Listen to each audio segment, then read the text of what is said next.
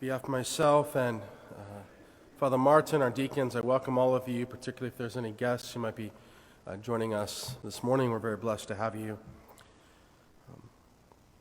It was a little over 3 years ago, maybe a little bit longer, since we rolled out Rooted. It really, of course, is stewardship, but we didn't want to use that word right away, just because of the beautiful imagery of what it means to be rooted, to put down your roots, to really invest, to make something your own, to really make something your home by putting down your roots, to belong. But now we can speak even more broadly of stewardship, trying to recognize that everything we have is a gift from God. And this isn't something that, at least for myself, it's something I have to remind myself time and time again. Very early on, like one of the earliest concepts we learn besides know is mine. How many times do you hear a little kid who's playing with something and another sibling or kid tries to grab it, they're like, mine. They have this notion, like this concept that this is mine, it belongs to me. But we from the outside look and know it's like, hey, spread the love. It's not yours. It was your siblings before yours, and, we'll probably give it to somebody else, so it's really not yours. Everything is, in fact, a gift from God. And that's true for little kids, that's true of us. We might earn what we have, but really everything is a gift. Everything is a gift from God.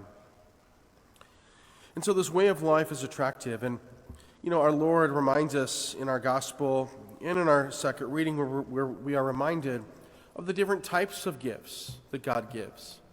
Second reading speaks of spiritual gifts, gospel, more physical. How God takes something simple that we provide like water and then does something great with it, and turns it into a fine wine. I'd like to invite some parishioners up. Their names are Phil and Christy Olinger, and have them share with us a little bit about their striving to live stewardship in their own lives.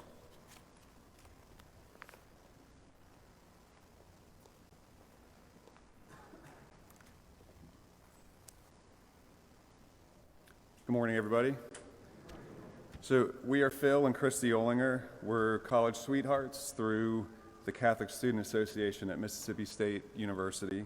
We've been married for 23 years, and we have 3 sons ranging in age from 17 to 22.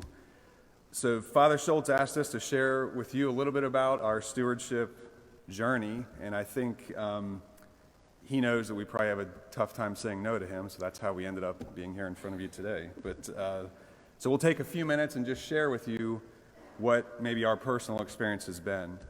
So we've been parishioners at St. Patrick of Myrna for 3 years, and a good part of that experience as newer parishioners has been during the pandemic. Being new parishioners is something our family has experienced before.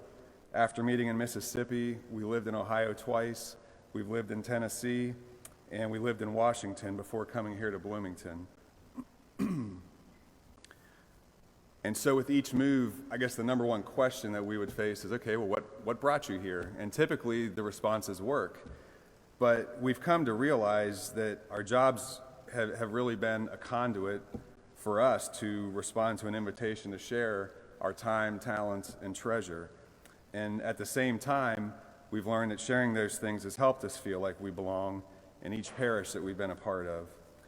Now, it's been said that not feeling welcome is one of our greatest fears in life. And through the recurring process of moving, we started to see each new parish as a family for us to be adopted into. And as with any family, we recognized and accepted the responsibility that we had to contribute to the efforts of the family. After all, when we first started, the sacrifices that we could make or the contributions that we could make were very small. As going through the moving process, it's known to be somewhat stressful and your hands are full. And so it was hard sometimes to feel like there was any time, talent, or treasure that we had over and above to give. But we also learned that God uses every small offering and works miracles, which Father Schultz has talked about in prior homilies.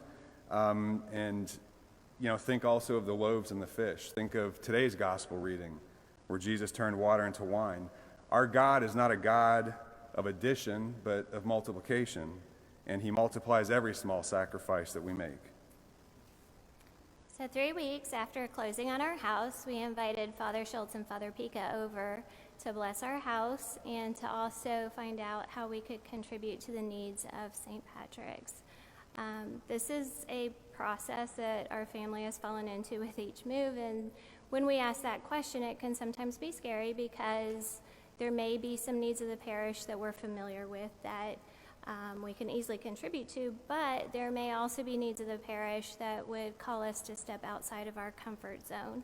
One thing that we have found is that God doesn't call those who are equipped. He equips those who he calls. So with that, while we hit reset with each move that we made, the skills and experiences that we could bring to the table grew with each of our moves.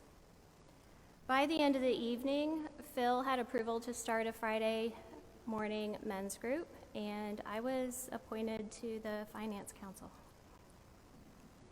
Fast forward to now, and we've been a part of many opportunities here at the parish, including the Knights of Columbus, Bible studies, both as an attendee and as a leader, the food pantry, Eucharistic ministers, and other parish committee roles.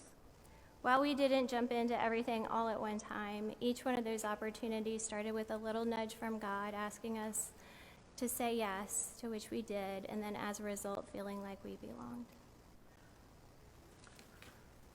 So if we wanted to summarize our stewardship experience, I think 3 points for us stand out. First, through the pandemic, we have an even greater desire, whether we recognize it or not, to belong and to feel connected.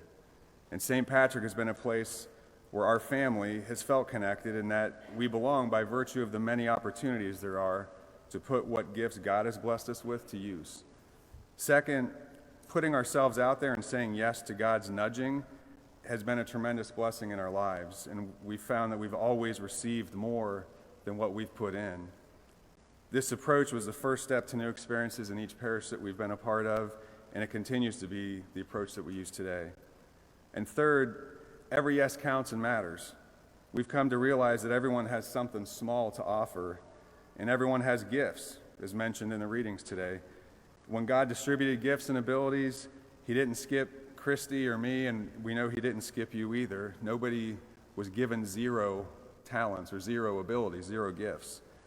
So we'd like to conclude by thanking Father Schultz for this time to just share our story with you, but also thank you in your part for helping make St. Patrick a welcoming community and a place where we feel that we belong. Thank you.